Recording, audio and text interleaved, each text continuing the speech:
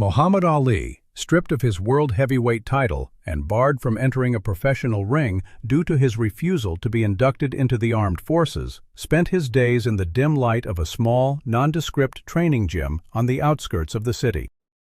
The walls of this sanctuary were saturated with the permanent scent of aged leather, stale sweat, and cheap linoleum, while the rhythmic thud of his gloves against a heavy bag echoed through the empty space like a metronome marking the passage of lost time. He was only 25 years old, standing at the absolute zenith of his physical prowess. Yet the vast world that had once belonged to him was rapidly shrinking to the dimensions of this sweltering room. Newspapers across the nation branded him a traitor, and athletic commissions, one by one, systematically revoked his licenses, leaving the most formidable athlete of the era without a livelihood and without the means to perform the very task for which he had been born. Ali stood by the narrow window, watching the polished Cadillacs glide past in the bright Florida sun, feeling the slow, relentless tightening of financial pressure around his family and his inner circle. His pockets were empty, and the invoices for legal counsel grew with each passing day, accumulating into an immovable mountain of debt that threatened to crush any man deprived of the right to earn through his own labor. The silence of the gym was heavy with the weight of an uncertain future, as the cheers of millions were replaced by the solitary sound of his own breathing. He moved through his footwork drills with a ghost-like grace, his speed undiminished even as his purpose was officially denied by the highest authorities in the land. The vibrant energy of the city continued just outside the door, oblivious to the internal battle of a champion who was being forced to choose between his conscience and his survival. Every shadow in the room seemed to stretch longer as the afternoon faded, mirroring the growing darkness of his legal situation. He felt the isolation acutely, a silent exile within his own country, where the only thing he could still control was the discipline of his body and the unwavering resolve of his mind. The heat of the Miami evening pressed against the glass, but the chill of being discarded by the sporting world he had dominated remained settled in his chest. He was a king without a throne, a fighter without a fight, waiting in the gloom for a bell that might never ring again. The heavy silence of the gym was abruptly shattered by the arrival of a figure whose very presence clashed violently with the humble austerity of the surroundings. Accompanied by two broad-shouldered guards who hovered like dark shadows, a man representing a powerful gambling syndicate from Nevada stepped into the dim light. His name was one whispered in the corridors of political influence and immense wealth, a man who traded in opportunities that existed on the fringes of the law. He brought with him a proposal that, amidst Ali's total isolation from the sporting world, appeared as a desperate lifeline thrown into a raging and unforgiving ocean. The syndicate offered to organize a series of high-profile exhibition matches on a private island located far beyond the reach of United States jurisdiction, a place where the restrictive reach of athletic commissions held no power and where no license was required to fight. The terms of the contract were staggering, promising an immediate payment of $2 million in cash upon signing, an amount that in the economic landscape of 1967 represented a vast and generational fortune. Yet beneath the glittering promise of financial salvation lay a condition that caused the air in the room to turn cold. The syndicate did not merely want Ali to box. They demanded that he become the primary face of a provocative new chain of international casinos, a brand that openly positioned itself as a defiant counter to traditional American values. Most significantly, the agreement required Ali to sign a formal public statement declaring that his refusal to serve in the military had been motivated not by deep religious convictions or sincere conscience, but by a simple desire to avoid the physical dangers of combat.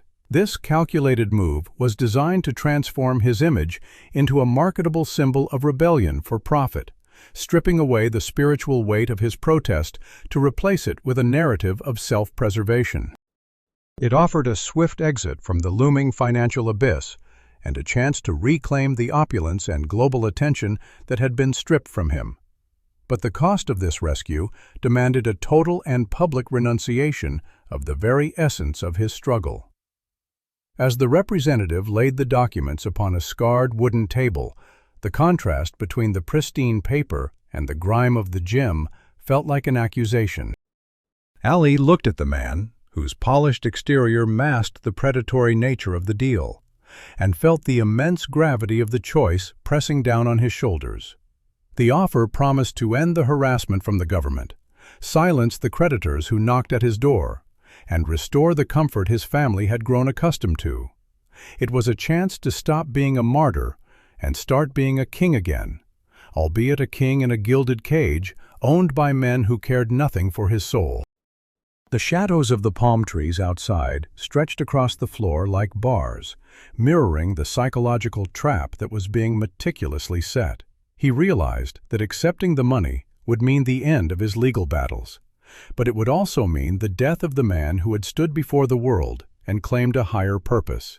The representative waited with a patient, knowing smile, convinced that the weight of the debt and the heat of the Miami sun would eventually force the champion to bend. Ali remained motionless, his eyes fixed on the heavy ink of the contract, as the seductive whisper of wealth vied for dominance against the silent call of his own integrity. Later that night, Ali walked for hours along the deserted shoreline, where the rhythmic roar of the Atlantic waves seemed to drown out the chaotic noise of his own thoughts. The moon hung low over the water, casting a silver path that led toward an unreachable horizon, mirroring the elusive clarity he sought. The image of the $2 million lingered in his mind like a heavy iron key to the cage in which he had been confined, a sum so vast it could dissolve every shadow of debt and doubt currently haunting his life. He pictured the faces of his children, whose futures remained uncertain as he struggled to provide even the most basic necessities, and the weary faces of his lawyers, whose continued faith in the justice system was anchored only by his promises of eventual victory. Visions of the opulent halls in Las Vegas flickered in his imagination, places where he could once again be the celebrated king, surrounded by the adulation and luxury he had earned, instead of living as an outcast and a target of vitriol in his own country. He eventually sought refuge from the damp night air in a small, dimly lit cafe frequented by the local black community, a modest establishment where the smell of fried fish and coffee offered a fragile sense of home. Sitting in a corner booth, he remained unrecognized by the elderly waiter who spent the quiet hours recounting stories to the few patrons remaining. The old man spoke with a trembling reverence about Muhammad Ali, describing him as a singular beacon of hope precisely because he had refused to bend under the immense pressure of the government and the boxing commissions. Ali sat in the half-light, listening to the waiter's tired but resolute voice, and realized with a profound heaviness that his decision reached far beyond the boundaries of his own bank account. He was no longer just a man or an athlete. He had become a vessel for the aspirations and the pride of millions, who saw in his defiance a reflection of their own struggle for dignity.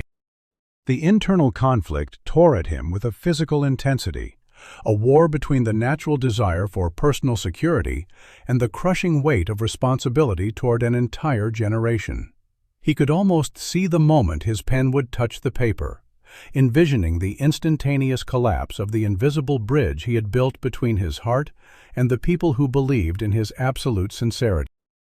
To accept the money would be to admit that his sacrifice was a lie, a mere business tactic waiting for the right price, and that realization felt more agonizing than any punch he had ever sustained. The damp mist of the ocean breeze mingled with a cold sweat on his forehead as he grappled with the terrifying isolation of his position. He understood that the world of convenience and wealth was waiting just a few blocks away, yet the price of entry was the total annihilation of the man he had fought so hard to become. As the first hints of dawn began to gray the edge of the sky, he remained seated in the silence, searching for the answer to the singular question of whether his faith and his truth were truly for sale at any price. The next morning, the representative of the syndicate returned with a renewed and more aggressive sense of purpose, bringing not only the formal legal documents, but also a collection of glossy photographs depicting a sprawling, sun-drenched estate in the Swiss Alps. He laid these images out across the scarred gym bench, presenting a vision of a life in exile that was defined by absolute comfort, total security, and a permanent escape from the grueling cycle of courtrooms, death threats, and the suffocating racial segregation of America. The man spoke with a silver-tongued conviction, arguing that Ali's solitary crusade against the United States government was a futile exercise in self-destruction, and that the system would never truly offer him forgiveness or restoration. He insisted that the only genuine way to claim victory over his enemies was to become wealthier and more powerful than them, using their own obsession with capital to insulate himself from their reach. The psychological pressure intensified when several of Ali's longtime associates and friends arrived at the gym, their faces etched with the exhaustion of shared poverty and the fear of a future without a steady income. They began to plead with him to accept the offer, whispering that high-minded ideology could not put food on a table or pay the mounting back rent for their homes. Ali felt the ground beneath his feet beginning to give way as the very people he trusted most started to openly doubt the path he had chosen, their desperation clouding the moral clarity he had tried so hard to maintain. In a moment of profound vulnerability, he actually reached out and took the heavy gold pen offered by the visitor, his fingertips brushing against the cool, smooth surface of the $1,000,000 check. The entire world seemed to hold its breath, the air in the sweltering room turning stagnant as it appeared the narrative of the greatest fighter on earth was about to take a sharp turn toward the ease of betrayal and the safety of silence. But in that frozen second, Ali looked down at his own palms, seeing the calluses and the scars that remembered the honest weight of boxing gloves and the rough, warm touch of the working people who had cheered for him in the streets of Louisville and Chicago. He felt a sudden, visceral wave of revulsion toward the sterile, hollow luxury being dangled before him, realizing that the comfort of a Swiss palace was merely a more expensive form of the same bondage he was fighting against. The gold of the pen felt like a leaden weight, a cold metal chain that would forever tether his voice to the interests of men who viewed his convictions as nothing more than a negotiable asset. The seductive images of the Alps and the promise of a quiet life began to dissolve in the heat of the Miami morning, replaced by a renewed understanding that his identity was not a commodity to be bartered for peace. He tightened his grip on the pen, but not to sign, as the realization took hold that the heat of the struggle was far more precious than the cold comfort of a paid retreat. The meeting in the opulent penthouse of a premier Miami hotel was intended to be the final chapter in a long negotiated surrender. Around the polished mahogany table sat men of immense influence, architects of high-stakes deals who were prepared to finalize the purchase of a living legend. A photographer stood poised in the corner, his lens aimed to capture the exact moment when the most defiant man in America would finally lower his guard and sign away his dissent. Ali entered the room without ceremony, still wearing his scuffed training boots and a simple tracksuit that seemed to absorb the aggressive brilliance of the crystal chandeliers. His expression was unnervingly calm, but within his eyes burned the same concentrated fire that had once forced his opponents in the ring to retreat in sudden, instinctive fear. Before him lay the heavy legal documents and the check for a sum so vast it possessed the power to rewrite the entire history of his personal hardship. Instead of taking the seat offered to him, Ali walked slowly to the expansive floor-to-ceiling window, looking out over the sprawling city of Miami and the shimmering coastline he had come to love. He stood there for a long moment, a solitary silhouette against the bright Florida sky, before turning back to face the room with a voice that would later be described as the awakening conscience of a nation. He stated with quiet, absolute authority that the faith of a man could never be a subject for auction, and that his deepest convictions possessed no market value. He declared with startling clarity that he would rather spend his days cleaning shoes on a street corner as a free man than reside in a golden palace as a purchased slave to another man's agenda.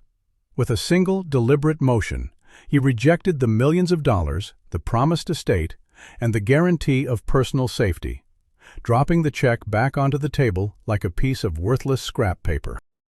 In that precise instant, the atmosphere in the room shifted irrevocably, as he ceased to be merely a disenfranchised athlete and transformed into an invincible symbol of human integrity. The representatives of the syndicate, stunned by the sudden collapse of their leverage, erupted into a controlled fury, directed threats of total financial ruin and permanent professional oblivion at him.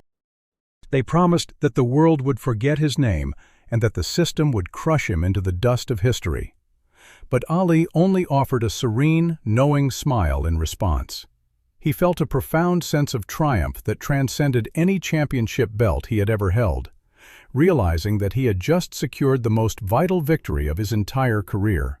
He had conquered the twin specters of fear and greed that had sought to colonize his spirit, emerging from the encounter with his dignity entirely intact.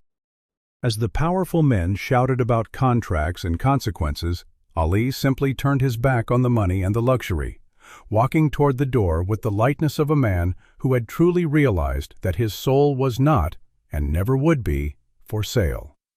The years drifted past with the inevitable momentum of history, and the millions of dollars that Ali had rejected in that Miami penthouse eventually turned to dust when compared to the monumental legacy he constructed through his steadfastness.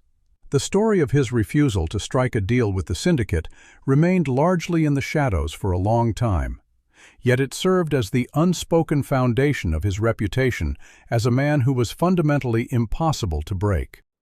By 1974, when he triumphantly reclaimed his world title in the legendary Rumble in the Jungle against George Foreman, the global audience already understood that they were witnessing more than just a supreme athlete. They saw a man whose word was significantly harder and more enduring than any physical blow he had ever landed. His financial situation gradually stabilized as his career reached new heights, but he never harbored a single moment of regret for those lean, difficult years in Miami, when he had been forced to count every penny and skip meals to survive. The crucible of his spirit had been hardened in the intense fires of those early trials, and when the 1980s arrived and a progressive illness began to diminish his physical strength, his moral authority only seemed to expand in the eyes of the world. The workshop of his character remained standing like an indestructible lighthouse for anyone who found themselves caught between the seduction of a comfortable lie and the jagged edge of a difficult truth. Muhammad Ali demonstrated to the entire world that genuine wealth was not found in the fluctuating digits of a bank statement, but in the rare and quiet ability to look into a mirror without a trace of shame. He became a living legend, a profound reminder to every subsequent generation that while the authorities could strip a man of his titles, his money, and even his physical freedom, they were utterly powerless to seize his honor unless he chose to sell it himself. Even as his movements slowed and his voice grew quiet, the resonance of his earlier defiance grew louder with time. He was no longer just the king of boxing, but the king of his own conscience, a man who had navigated the storm and emerged with his soul entirely intact. The memory of that rejected check and the sterile luxury of the penthouse faded into insignificance, replaced by a global reverence that transcended borders and cultures. His life proved that the ultimate victory was not found in the accumulation of gold, but in the preservation of the self against the overwhelming tide of compromise. He stood as a stationary point in a moving world, an undefeated champion of the human spirit who had shown that a man's integrity was the only possession truly worth keeping. In the end, the light he cast through the fog of history was not fueled by the millions he had turned away, but by the fire of a conviction that remained unquenchable until the very last bell.